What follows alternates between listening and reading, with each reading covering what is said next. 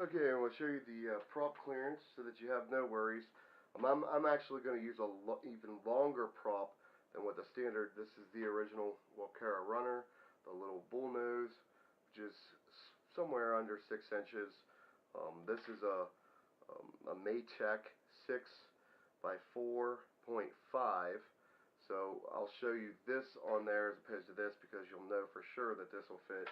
I like to run, since I'm using a little bit more weight and I'm running a couple cameras, and I'm going to do an entire video series on a bunch of different props, including the new HQ 6-blade. And so keep tuned to the channel if you're interested in trying a bunch of different props on the runner. I'm going to break it down into a bunch of different categories as far as setups. If you are kind of doing an FPV cruiser setup and you're not flying real aggressive, I will show you the weight for that, how I have it set up for that. If you're doing some intermediate flying, as far as you're starting to get speed, not going full acro, with just one camera, I will show you a setup for that. And then if you're going all out, completely 100% balls to the wall, I will show you the lightest setup that I was able to get with this. And I'm going to break down each prop into those different series, and so that you can see, because there's going to be different performance aspects with each propeller set that you use based on the weight and what you're doing with the quad. So let's see here, we'll show you right here. I'm going to put on the wrong one. There we go. So as you can see, plenty of room, even with a 6-inch prop there. You know, no danger of it hitting in any way, shape, or form. You're good to go. So have no fears or worries about that. One thing that I would, like I said, I would recommend is to use this in a 90-degree angle and get the extra antenna. You can also, if you want to, you could just go straight ahead and get a dipole, put it on here, and then put a dipole on this also. And I'll have some other videos with different antenna setups on that. Let me show you it fire up so that you know that I'm not feeding you a line of crap. And we'll fire it up right here and show you. Well, let's fire this thing up and show you that it's working. I don't have the props on there because I am, of course, in the house, and I don't feel like tearing things up. But so let's fire it up. The first thing you're going to do is connect the battery to the transmitter, the EZUHF transmitter, that is. So we're going to connect that. You get 3 beeps. I'm going to turn on the radio, and you're familiar with that song if you have one, sound if you have one. And I'm going to plug in the quad.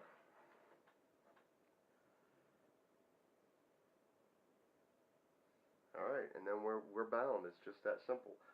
One thing you'll notice here is when this is flashing, that tells you that the transmitter and the receiver are bound together. And we're going to get into that after I show you, that I got everything working here right now. So the first thing I'm going to do is I'm going to go ahead and arm it. And now it is armed, and then of course over is disarm. If you haven't set the calibration, which you don't have to worry about as long as you're on a level surface, when you connect the battery to the Walkera, it sets the accelerometer and the gyro. So that's very nice. But just for sakes, one thing you want to make sure, if you don't have a wire connected up wrong and you don't follow that diagram the way I was explaining how this transmits the elevator and so on down through the channels, then you won't be able to set it manually. So we'll go ahead and set it manually. And what we're going to do is pull down on the right hand stick, come over, light flashes once, keep the right hand stick pulled down, push the left handed stick up and to the right, and both of those are set. Okay, so we throw on the, go ahead and arm it, then kick it off, and then that'll start the engine.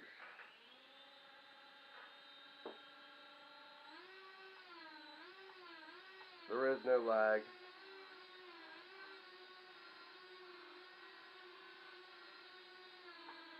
And that's it. It's that simple to connect it.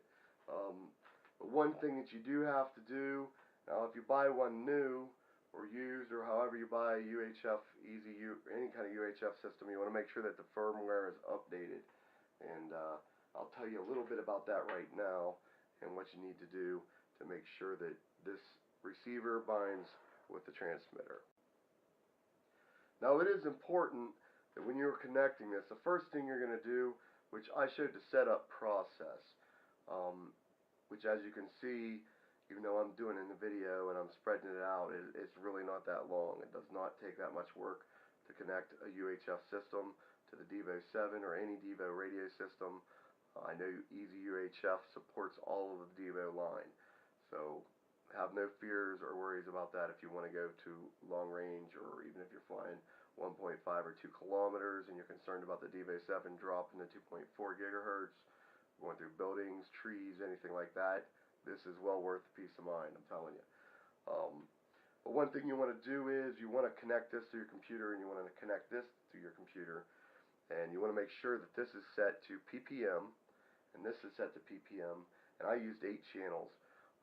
There's no real reason to go any more than this. This is a 7-channel radio. Your options are 6-channel and 8-channel on there. So I have it set on 8. This is set to 8 ppm traditional.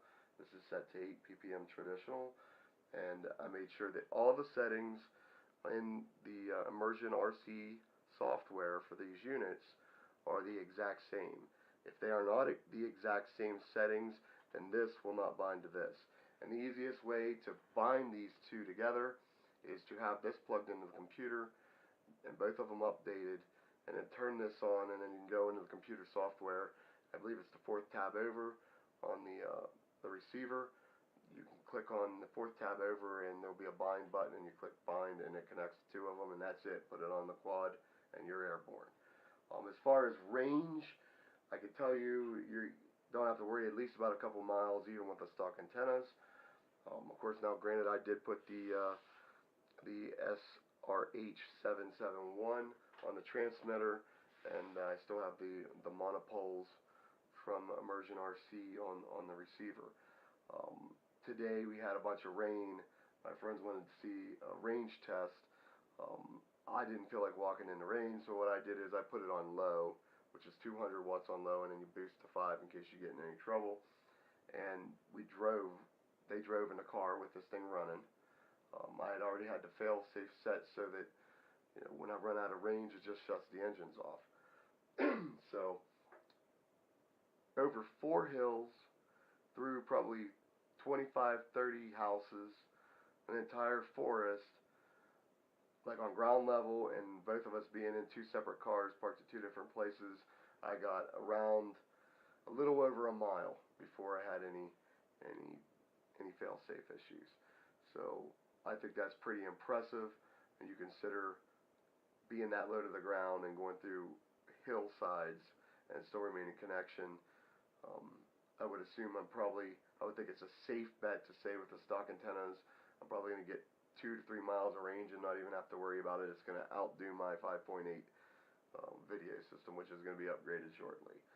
So also remember, you're getting it the most with the most efficient prop setup I got, and battery with this thing, I'm getting about 13-14 minutes flight time. So I would say as long as you're getting a range test, even if you use the attenuator and you do the math, which you can look up, and I may do a video on that also, as long as you're able to comfortably get a mile with no glitches, or even a walking range test, which is going to cut it way down, and you're getting enough that mathematically would equal a mile in the air, no worries, because that's about the most distance I would say that you're going to get this hauling butt straight out a mile, and then turning around and coming back, you're going to be out of juice, and you don't want to run out of juice while you're in the air. So anyhow, I appreciate you guys watching, and if you have any questions, post in the comments. If you are trying to do this yourself and there's anything I can help you with, I'm more than glad to do that. Subscribe to the channel. We got a lot of prop videos coming, some more range tests coming, all kinds of great stuff for the Walkera and many other RC vehicles and aircraft that are in the works right now. And we also are going to have a huge modding section. We got a couple of these that me and my friends are completely redesigning. I've added the bottom tray, and I'm going to have a review on this and show the weak spots. If you're somebody new out there and you can find this thing for 160 bucks,